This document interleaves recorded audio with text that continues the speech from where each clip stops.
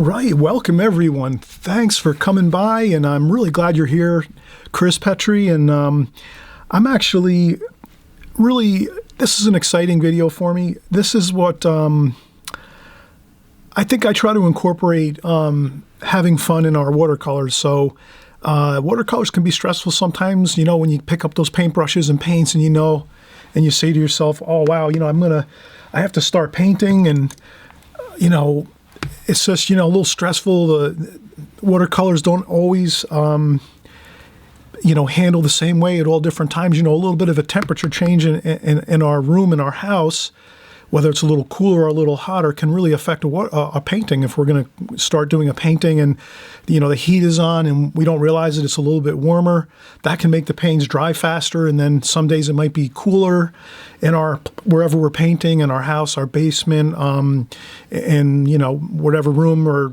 areas you paint in your home, or if you're outdoors, the same thing. If it's a hot, sunny day, the paints react differently. So I guess what I'm saying is, there are some stressors when it comes to watercolor painting. So if we can incorporate some real fun times with watercolor, some exciting, fun, loose, playful practice, then that will translate into our paintings and into our techniques as well. So that's what we're going to do that here now. And it's a lot, I can explain it this way. It's a lot like professional sports. Professional sports, whatever sport you like, there's times when they do fun things when they're practicing, and then there's times when they're more serious, so they have to be inside and they have to study all the films and the plays and the real details of their sport.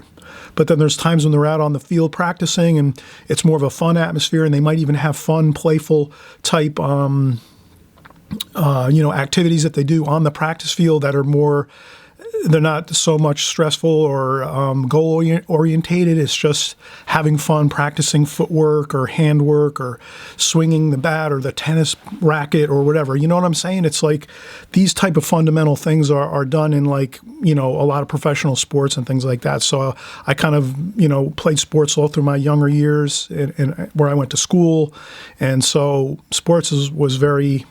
It just seems like I can relate a lot of things to sports most of the times. In any case, let's do, right now we're just doing total fun time. We're not worrying about a painting or a drawing or anything like that. The most, serious thing we're going to do here is just label our painting. So here, let's practice some sky ideas, some clouds or sky ideas with our watercolors.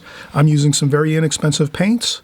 And we're just going to have free-flowing fun. That's it. So here I'll just put down maybe the sky. I'll put it on here on my paper, and I'm using printer paper, normal printer paper, office paper. I'm not using watercolor paper because this is just going to be fast, free-flowing fun. And so I don't want to use my expensive papers for this. This is just to kind of just get the feel of the whole fun of things and the enjoyment of the colors and the watercolor and the splashing and the brushstrokes. Okay, let's do it. Okay, so this is just sky idea.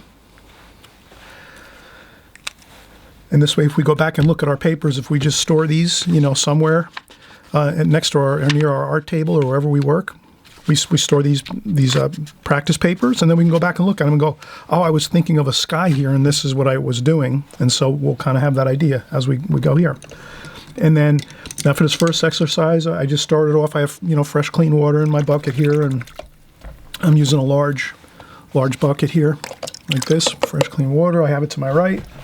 I have all my brushes and everything to my right-hand side, and then of course my palette is over here on the left. And let's try some sky colors. So let's do some blue. And this is just a fun play set here. Maybe it was $2 or $3 for this paint. And for fun exercises like this, it works perfect. Okay, a little bit of that cloudy feel with some brown color mixing in with the blue. All right, now we're just going to take our brush. See that? Let's just do that.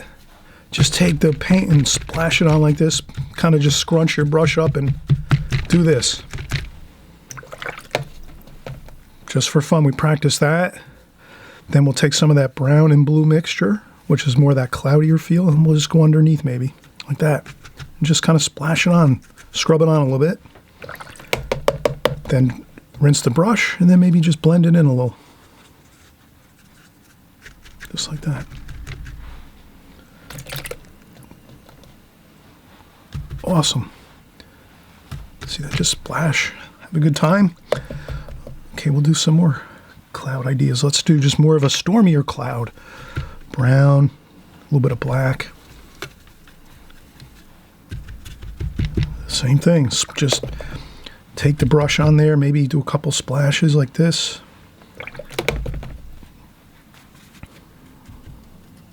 Now, of course, this paper is handling totally different than watercolor paper. So we're not worried about how this looks so much as we're just having fun and throwing some paint on the paper and doing some of this. Some splashing. Okay, just a little bit of scrubbing.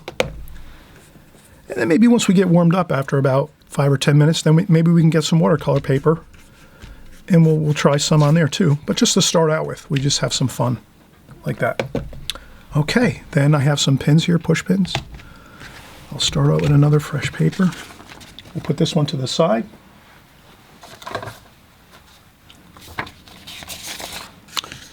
Okay, there we go. And I'll just put a couple push pins here to hold the paper in place while we paint. Okay, now let's do some like fields. We'll do fields here. I'm just using a round brush. And then as we go, let's we'll wipe up our palette tube as we go, just to keep our paints a little bit more have more of a cleaner palette here, not as much muddy stuff. So let's go with some greens. We're going to do a field, greens and yellows, browns. Mix up a little bit of variety.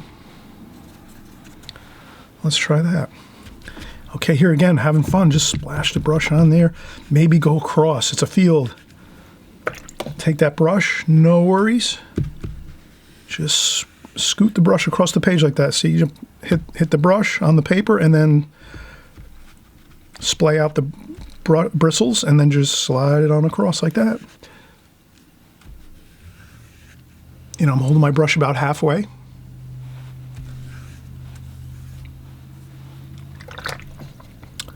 And then maybe we'll go with some brown here, orange, and maybe some more yellow, green. Maybe we'll make it a darker. Yeah, let's make it a darker green like this. And we'll just go across. Same thing.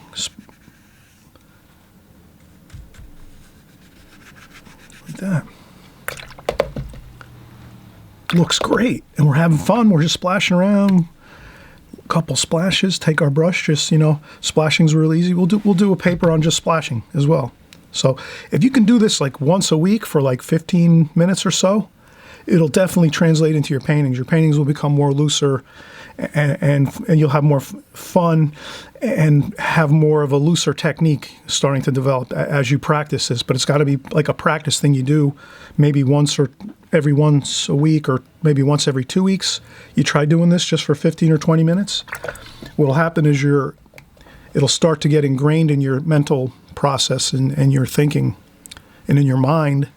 And then when you're actually doing your watercolors with, you know, your normal everyday watercolors with your better paints and your better paper and all that, it'll really translate, and you'll see that this type of fun, loose type of style will become incorporated into your work. Okay, so that's just a little bit of fun there. A little more. Go across with a yellow, some more yellow there like that. And then maybe we'll do a little bit of sky too.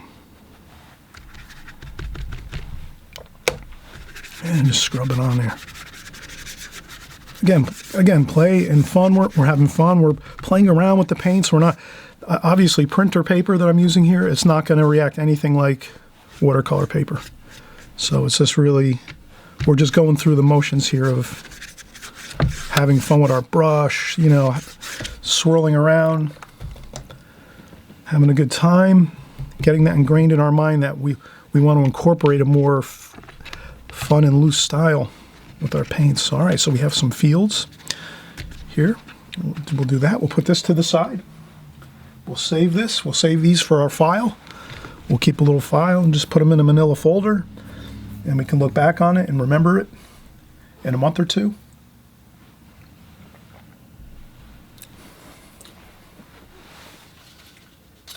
And we're going to get some more paper. Okay, and I'll use the push pins. Okay.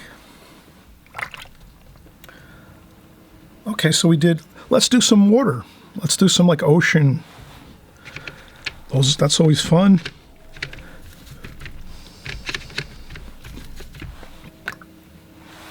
And then if these become dry, we just take a spritzer bottle like this. Holbein makes these.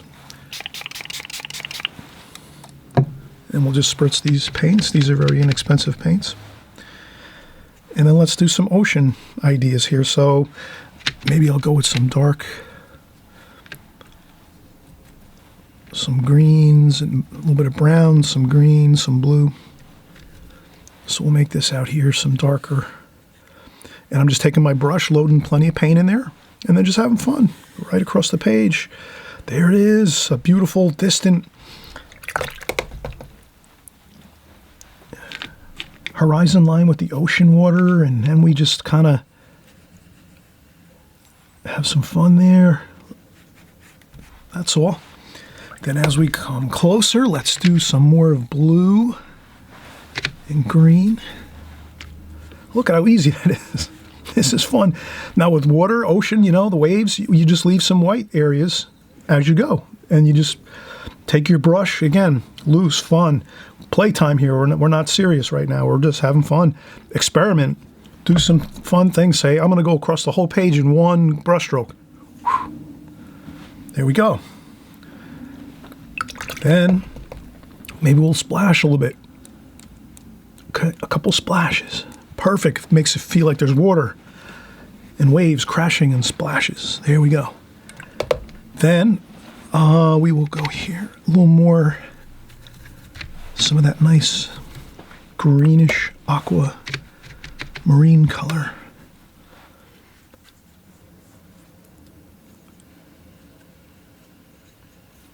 Perfect. Look at that.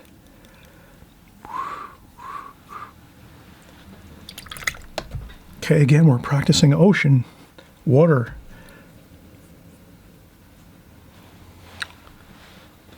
Nice and free, no worries. It's just practice and fun here. Fun time. There we go, some splashes. Then, let's see. We could just add a little bit of maybe a sand color field, brown and some yellow.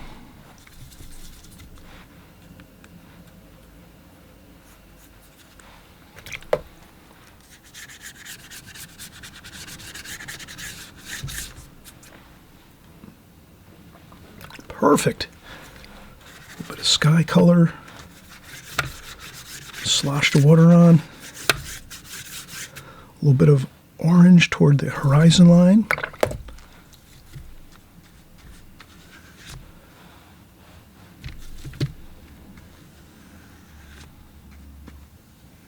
There we go. Excellent. Fun. We'll put our Sharpie marker label on this one, but this one's pretty self-explanatory with the ocean waves here and so forth.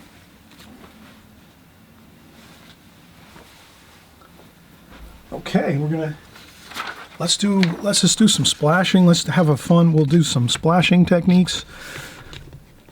Again, we don't need to. Maybe we'll change our brush size too. We'll get a smaller and a larger brush. Okay. Let's use some green, some brown, yellow. Okay, splash with some kind of, maybe these are some weeds and things. With like a medium-sized brush, and then we can go with a larger brush. We're having kind of a feeling of like grass or weeds.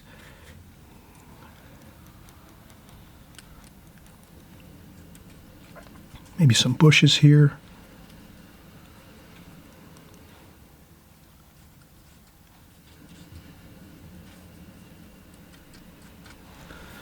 Then we could take the other smaller brush and do the...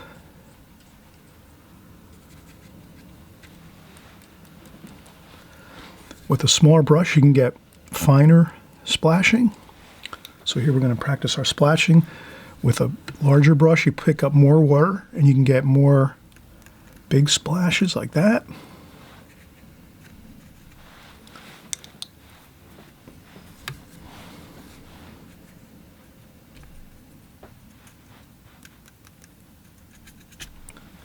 There we go. Just having fun.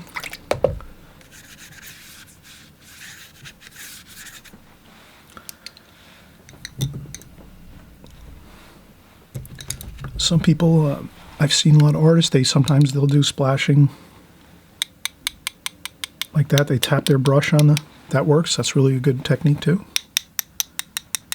Tap on the brush with another brush, or some people tap with their hand. So you can get all kinds of different splashing techniques. And okay, so we had some splashing. So if you do this again once a week or once every couple weeks, a little bit of fun time. We'll do one more. We'll do one more here.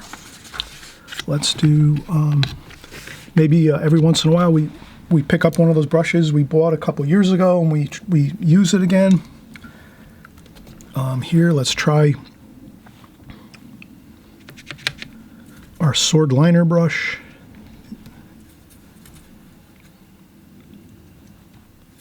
So we'll make like a green and brown, like a little bit of blue.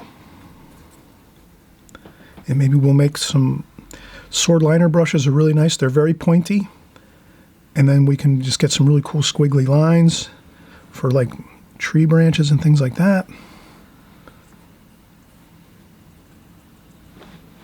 A couple splashes.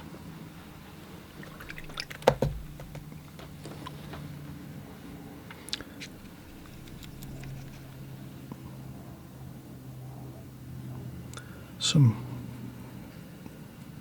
weeds maybe, if we're doing a landscape or any kind of flower paintings, things like that. Sword liner is a great brush. You can get some really beautiful ornamental lines. You could also do, we can do some really interesting details like a fence. Like that.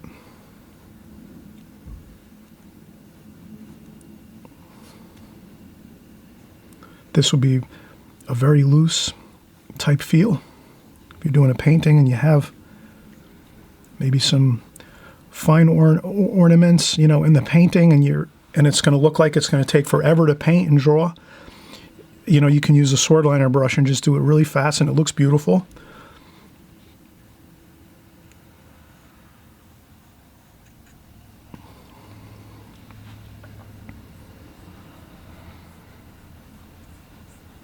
And again, it's practice and fun. That's all it is.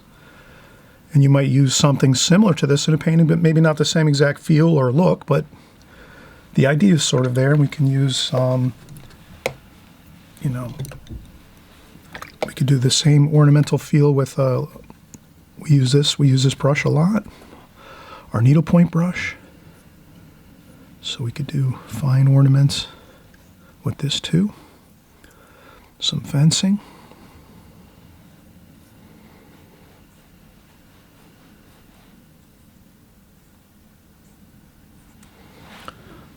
All right, so this is so much fun. Give it a try. It's again just simple, inexpensive paints. some office paper. So we have some really inexpensive office paper I use. I like to, keep my watercolor paper for my good paintings and my demonstrations here on YouTube.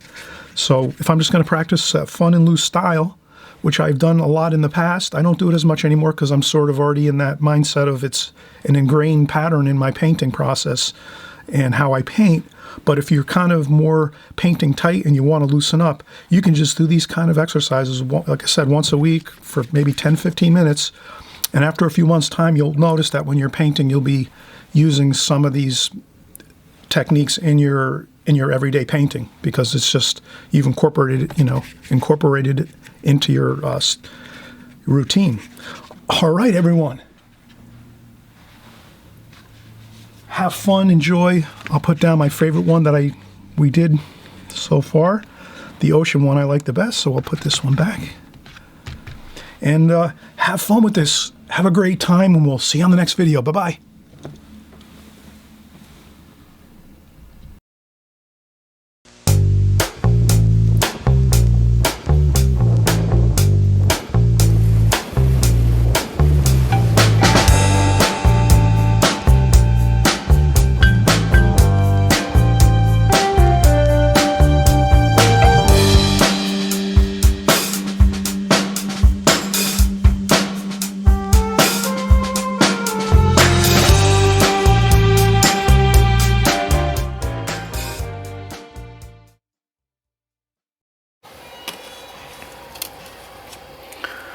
Hi everybody, I'm Chris Petri. Thanks for coming by. Thanks for stopping by my channel here. We're doing watercolor art 24/7.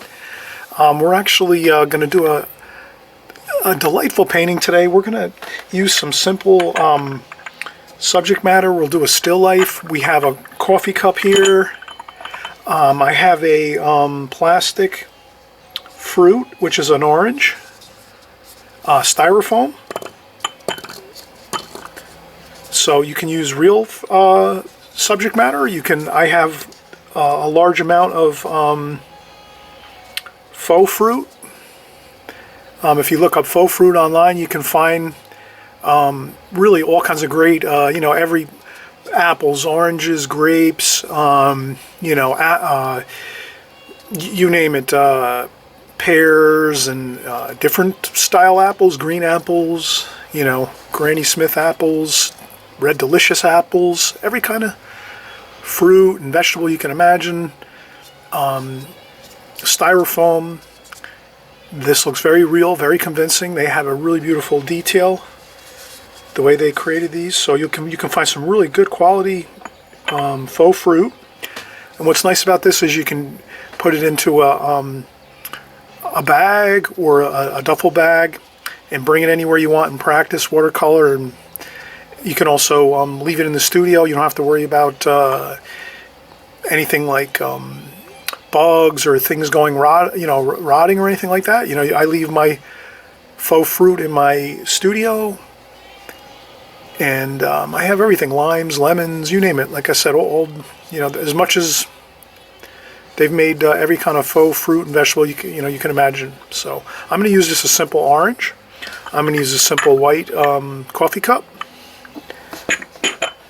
I'll use also a picture. Maybe we'll create. Maybe I'll make a picture. Just like for. Sometimes I'll just recall. I have a numerous amount of pictures, clear glass pictures for flowers. I have I have a couple white pictures for flowers. So I have all different kinds of still life things in my studio that I use, and also sometimes I'll just draw from memory, and maybe we'll do that here for some of our items. But again, be creative. Set up a couple little still life setups for yourself, and just practice on those. And here we'll do that. We'll set up a nice across. I'm just going to set up a little few things. I'm going to take this here, and we're going to tape this down. Let's tape down our paper, our watercolor paper. Tape down our palette.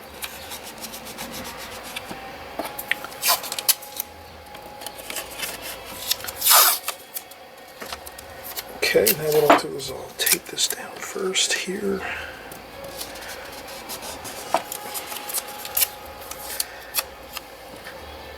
And it's always good to tape down our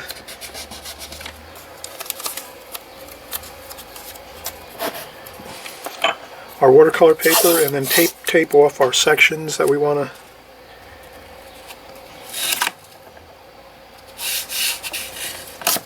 This way, when we're done with our exercises and our compositions, we can just take the tape off and we have a finished painting right there, waiting to put into a scrapbook, or we can put it on the wall and take, look at it for a few weeks or so and kind of critique it ourselves. That's always good to do. You take your paintings and you hang them up in your house, or give them away. You give them away sometimes too. Maybe you're going to sell them a few times here and there to friends, or gallery shows, whatever you do. But as an artist, it's always good to take your work and display it in your studio, in your house, and you can learn from it and say, I like that, I like this, I like that other thing I did there, and maybe I'd like to do this different next time. I think I could make it look better in this section or that section, or so forth. So always try to improve a little bit each time, and also enjoy the victories that you have when you're painting. So here, let's go in and we'll do just a simple composition, just so we can get some cool ideas here of. So I think I'll.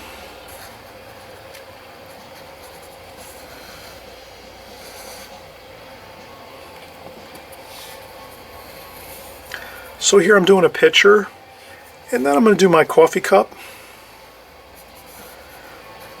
and the saucer.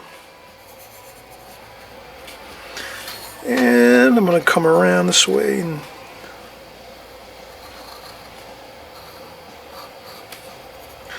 we'll do our orange here.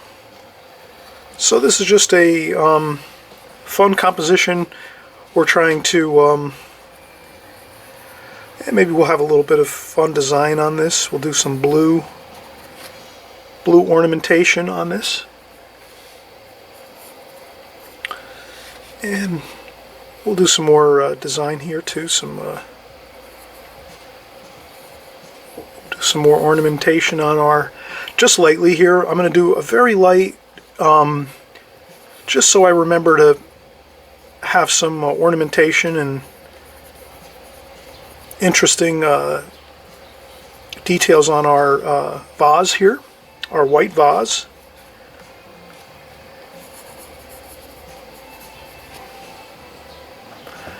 In this exercise, we should keep things loose, keep things fun. Maybe we'll pretend there's a little plant over top of this here, some flowers. Maybe there's a larger vase over here, and there's some leaves and things here. So we'll just make an indication of that.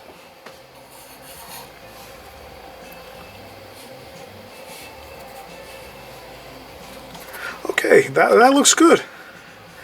And again, here we're having fun. We're just going to mix some colors and have a good time here. We're not worried too much about, is this a award-winning painting or anything like that. We're just having fun.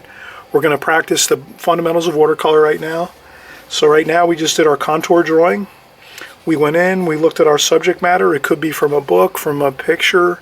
You might set up your still life with some cups and saucers and so forth, and fruit. You can use real fruit. You can buy faux fruit, and vegetables and all kinds of interesting things. You could, if you don't like those type of things, you can set up things that you have around the house that you like. Maybe you name it, anything, kitchen items, some of favorite heirlooms, things like that. Anything that you want, you can just really set them up and draw them and paint them. So here I'm just doing a nice loose representation of coffee cup and an orange and a white vase. We're going to do some blue ornamentation on this, and there's maybe a little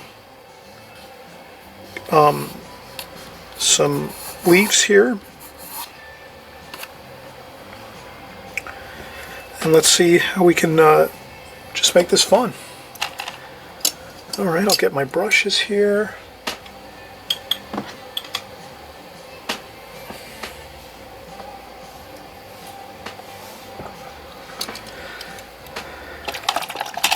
Okay, and I have fresh clean water.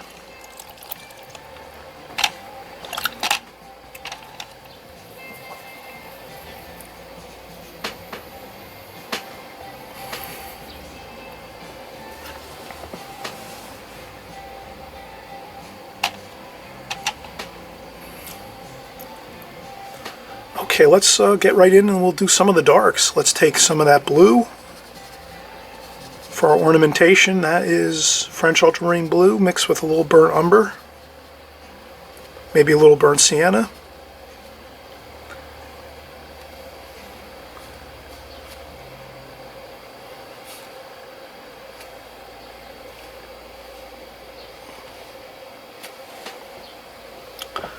Okay.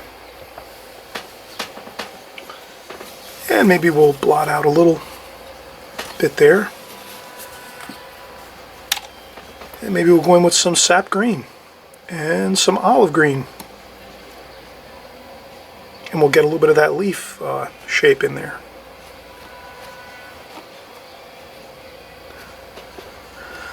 This is fun, look at this. How easy is that? This is just absolute fun with colors, and all we did was really set down a nice little bit of contour drawing, nothing fancy. And now we're letting our paints do the fun, the work. A little splashing. Loosen things up, splash a little bit, have fun. Don't worry too much about how perfect it looks. We're having an enjoyable time here. Alright, so we have a little bit of blue for our ornament here, a nice little stripe going along the top of the vase. Let's do some cobalt blue.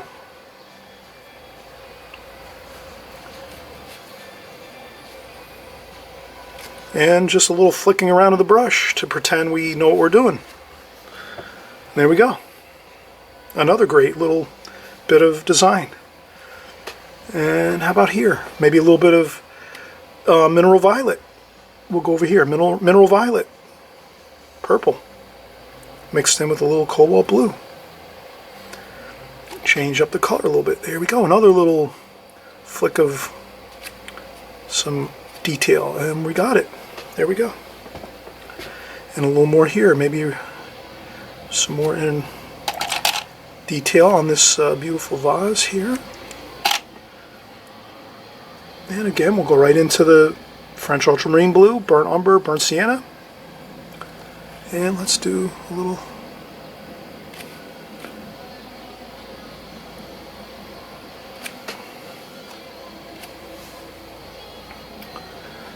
okay, now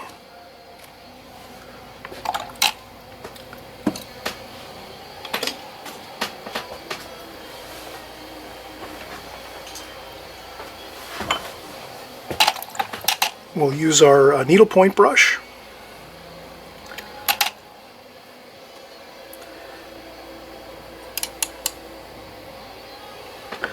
And we'll even get into some more fine detail. Even this is pretty fine detail right here, but let's get even to some additional fine detail. Let's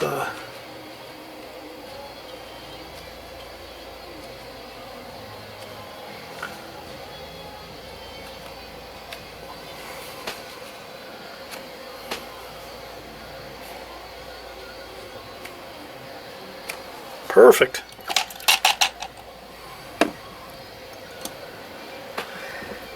Okay, now let's take a little bit of that green that we have mixed here and a little bit of the blue and purple over here, and let's do some shadowing. Maybe a little cerulean blue too. A little bit of yellow ochre too, mixing a little bit of warm.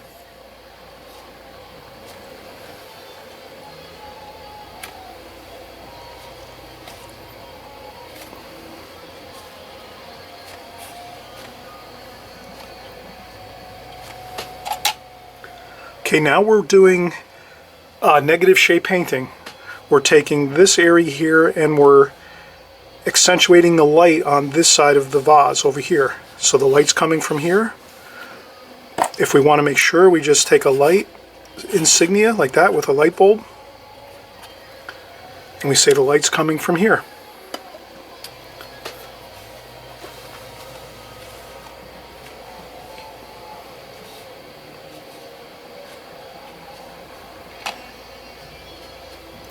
A little more of yellow ochre, just to warm up that cool green and blue that we were using.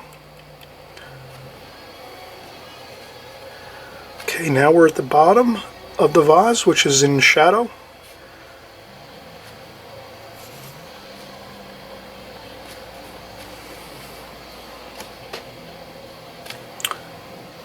The light is catching this side of the vase and the so we'll let that be like that. There we go.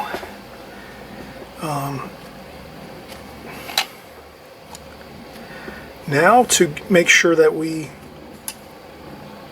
accentuate the light on this side of the vase, we will put a little bit of green and blue over here. Maybe a little mineral violet. And maybe we'll just lightly fade this out over here.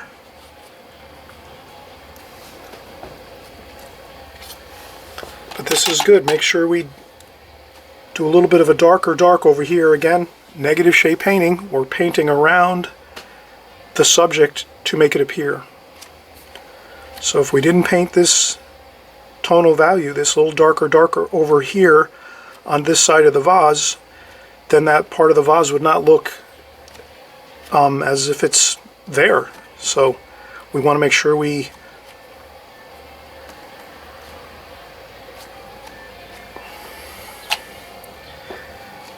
paint negative shade painting to keep our subject matter looking real. Let's do our orange. Fire in that beautiful orange, cadmium orange. How does that look? That looks great. Let's add a little cadmium red to the bottom section here of that cadmium orange, and some yellow ochre. And then as we go up, let's fade it a little bit and make it lighter up here. There we go. A little bit lighter up here. Even if you have to use the tissue and lighten it up a little bit on the top of the orange. Perfect. A little more cadmium red in the bottom. And then we can mix that on. We use a dry brush. We take our cleaner brush, dry it off on the tissue, and then we can take some straight paint right out of the palette and go right into the painting. Don't even worry about mixing it onto the palette. Just go straight into the palette and right into the paint, onto the painting. And just dance the brush around a little bit here and there. Rinse off the brush again, dry it really well with some tissue, and then you can just move the paint around a little bit. Rinse off the brush again, dry it again with no paint, no water, and then just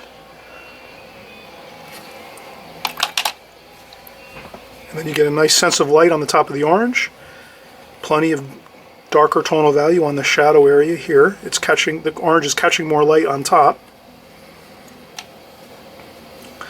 And then let's go in, we'll do a little bit of shadowing on our coffee cup.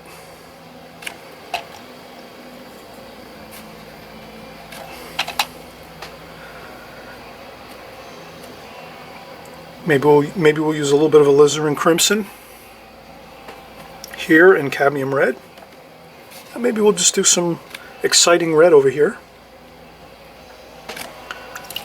Sometimes we don't always have to stick to what we see in front of us.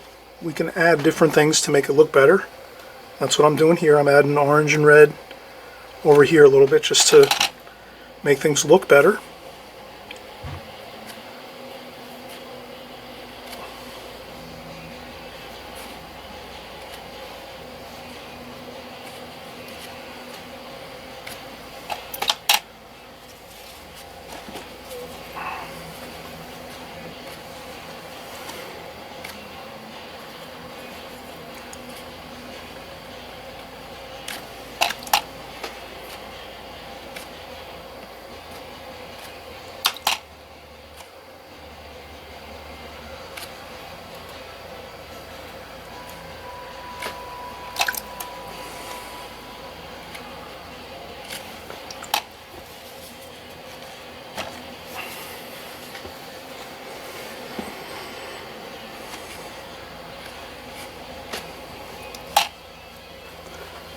And I'll go in with some French ultramarine blue again, a little bit of green, a little bit of shadowing under there.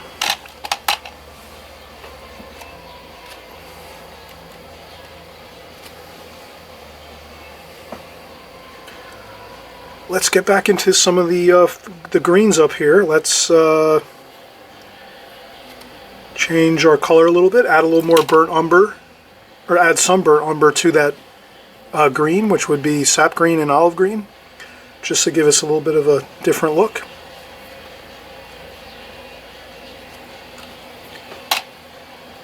Keep things different. Big leaf, small leaf.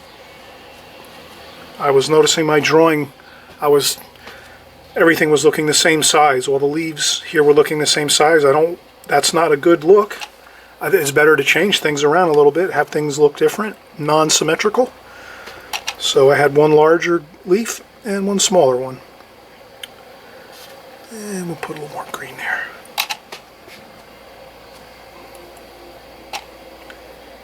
And some cerulean blue with some of that green.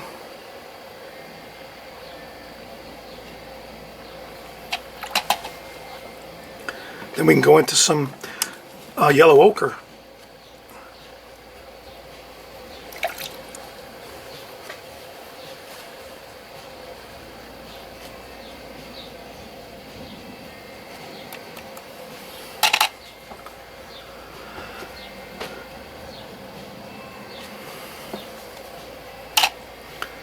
Then we can go back, we'll pick up our needlepoint brush, some raw umber and some of that yellow ochre, and dance the brush around a little bit just to get a little variety here.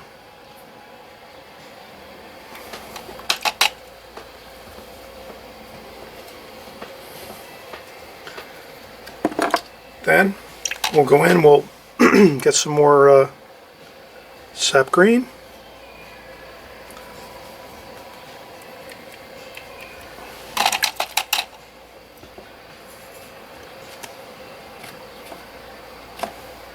And again, negative shape painting. I'm going to paint around that handle a little bit.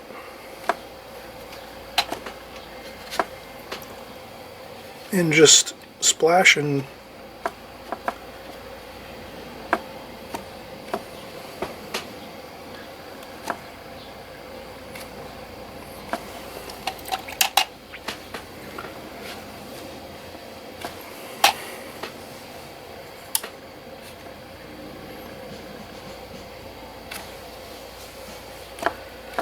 I'll paint in that edge of this vase here. Maybe a shadow over here a little bit. Another little splash over here.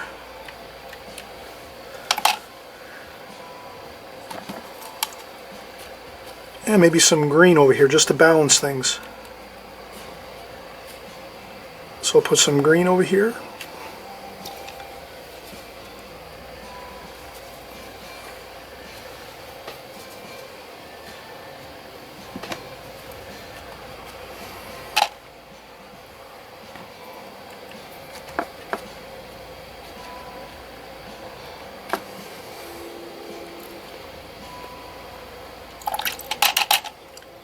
Alright, that is it. That is how simple we can have things in watercolor. Just taking a couple simple things like a coffee cup, an orange. You can pick, lemons, limes, any kind of fruit, vegetable you like.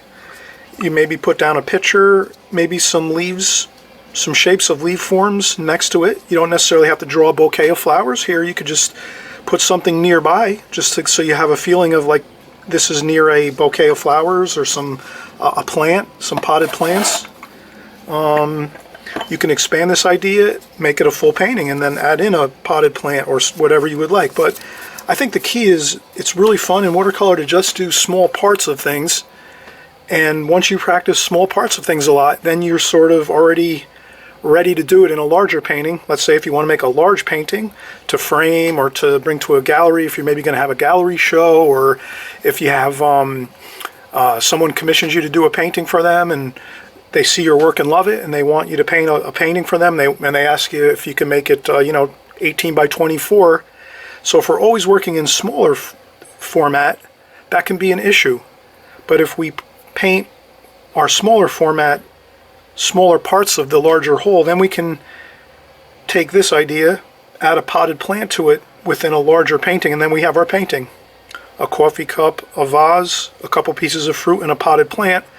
We've already painted this, so now all we have to do is practice doing the potted plant a few times, let's say, and then we can make a larger format, a larger painting, and then we have it. Here I think the only thing I would add is maybe just a little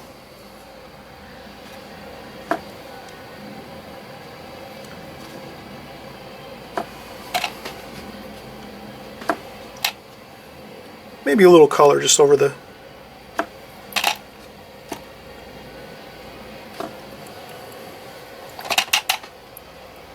okay. All right, I hope we had fun here, and this is, again, you'll always hear me say it, have fun with your watercolors, enjoy. Let's work on small comps, and then eventually doing the bigger, larger paintings is no problem. And if we peel off our tape, this makes a perfect small composition to pin up on our wall next to our desk where we work, our studio, our office. Maybe we work in the office and we want to put up a small painting. Maybe people come by, they love it, they want one too. You can create a couple of these, make prints of them, or make a couple for our friends at work. Okay, again, let's see if we could